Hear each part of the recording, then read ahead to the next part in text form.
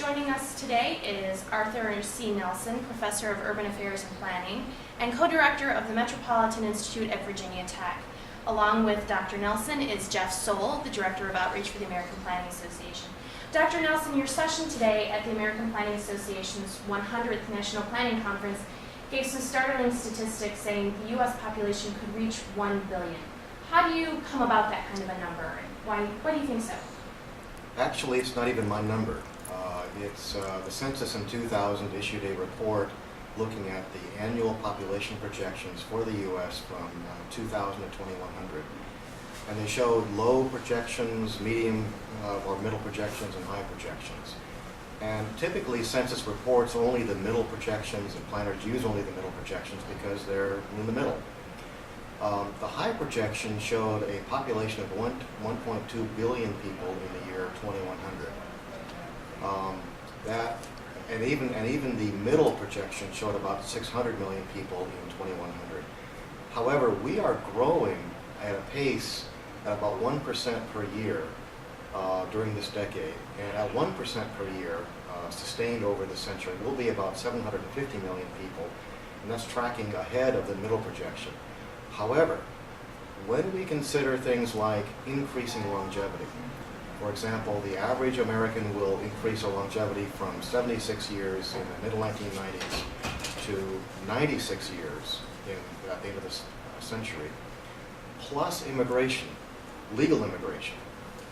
And legal immigration is tracking just behind the census high projection, and has done so every year since the 2000 release. So when you consider longevity, when you consider immigration, legal immigration, and when you consider fertility rates are already increasing from their historically low levels of a decade ago, it is easy to be conservative in the census's own numbers and to come up with 1 billion people by the year 2100. Now, I wouldn't say that we'd have exactly 1 billion people in 2100, but I think it's reasonable to assume that we'd have 1 billion people between 2100 and 2120. That's sort of a range that all of the indicators that I look at indicate some confidence in. And how do we feel, with this increasing population, that's really going to impact the planning and the planners that are doing it? Jeff, can you talk a little bit about what do planners need to be paying attention to this, and why? I mean, we're not crying wolf here. There's concerns, right? Yeah, well, regardless of whether the projections are 1 billion or 1.1 billion, we're going to grow a lot. And we need to think about the infrastructure that we need to support that kind of growth. Plus the food system, obviously in the news lately there's been a lot of discussion about the high rising cost of food globally.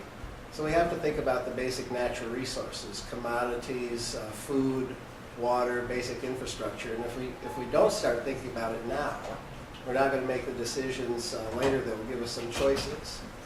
And Dr. Nelson, what are your thinkings? I mean, are there some other academics out there who don't share your viewpoint, think we might be aiming too far in the future, or is everyone kind of on par with this? Well, I think I'm probably the first to sort of openly pose this scenario. And so it'll take my colleagues time to sort of digest it, respond to it. We do know that there are some people who are projecting the world population declining to 1 billion people by the year 2100, mass famines and disease, and others are saying that we will peak out at less than 9 billion. So there are others out there who are saying that the U.S. population just won't get much more than maybe 400 million. I don't think that's likely. I don't think that's responsible. But I think the purpose in laying out the 1 billion number is to stimulate thinking. This is the 100th anniversary of the APA conferences. We are a planning profession. Planners by their nature look ahead. So let's look at the next century ahead. And I think the billion estimate is certainly plausible. And I think that once academics look at the underlying assumptions and the current trends, that they will come to agree that that's not an unreasonable number. Maybe they would project a few fewer, maybe a few more. But I laid it out there as a large number to get people's attention about shaping the next century of planning. However, I will say that 100 years is a long ways away, but 50 years isn't. There's a lot of things we have to do now just to get in place 50 years from now, addressing sea level rise, putting in high-speed rail where it makes sense in this country.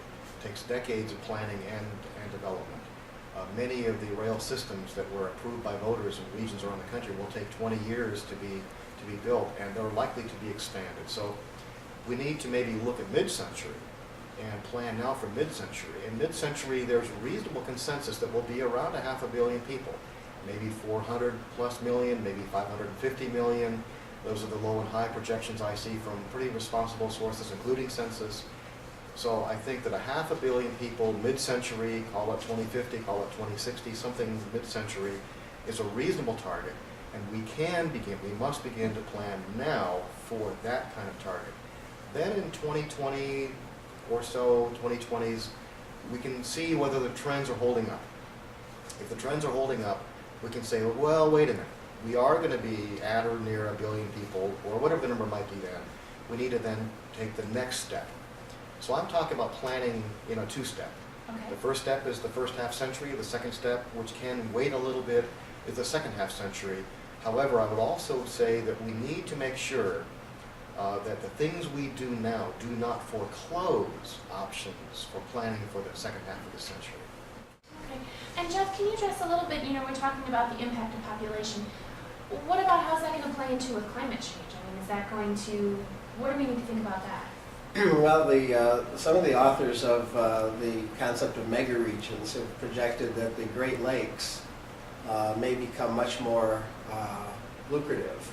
And this is a good point for Dr. Nelson's research, because I think that the infrastructure that we already have in place in many cities could very easily accommodate a lot of growth, and especially in the what's formerly known as the Rust Belt. If we do see the climate changes that are projected, that could make It's that the new whole Sun region. Belt. Yeah, it's the new Sun Belt, exactly. So I think there's some realistic need to think about that. And also the other point that I wanted to mention is that infrastructure is at least a 50-year time horizon. The last time we built a passenger rail tunnel under the Hudson River was in 1906.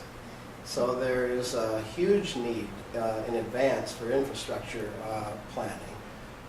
And the second point I'd make is that APA has President Hunter has just appointed an infrastructure task force to go along in tandem with some of the measures in Congress that are looking at a national infrastructure plan. So I think this is all good news backing up what Dr. Nelson has talked about.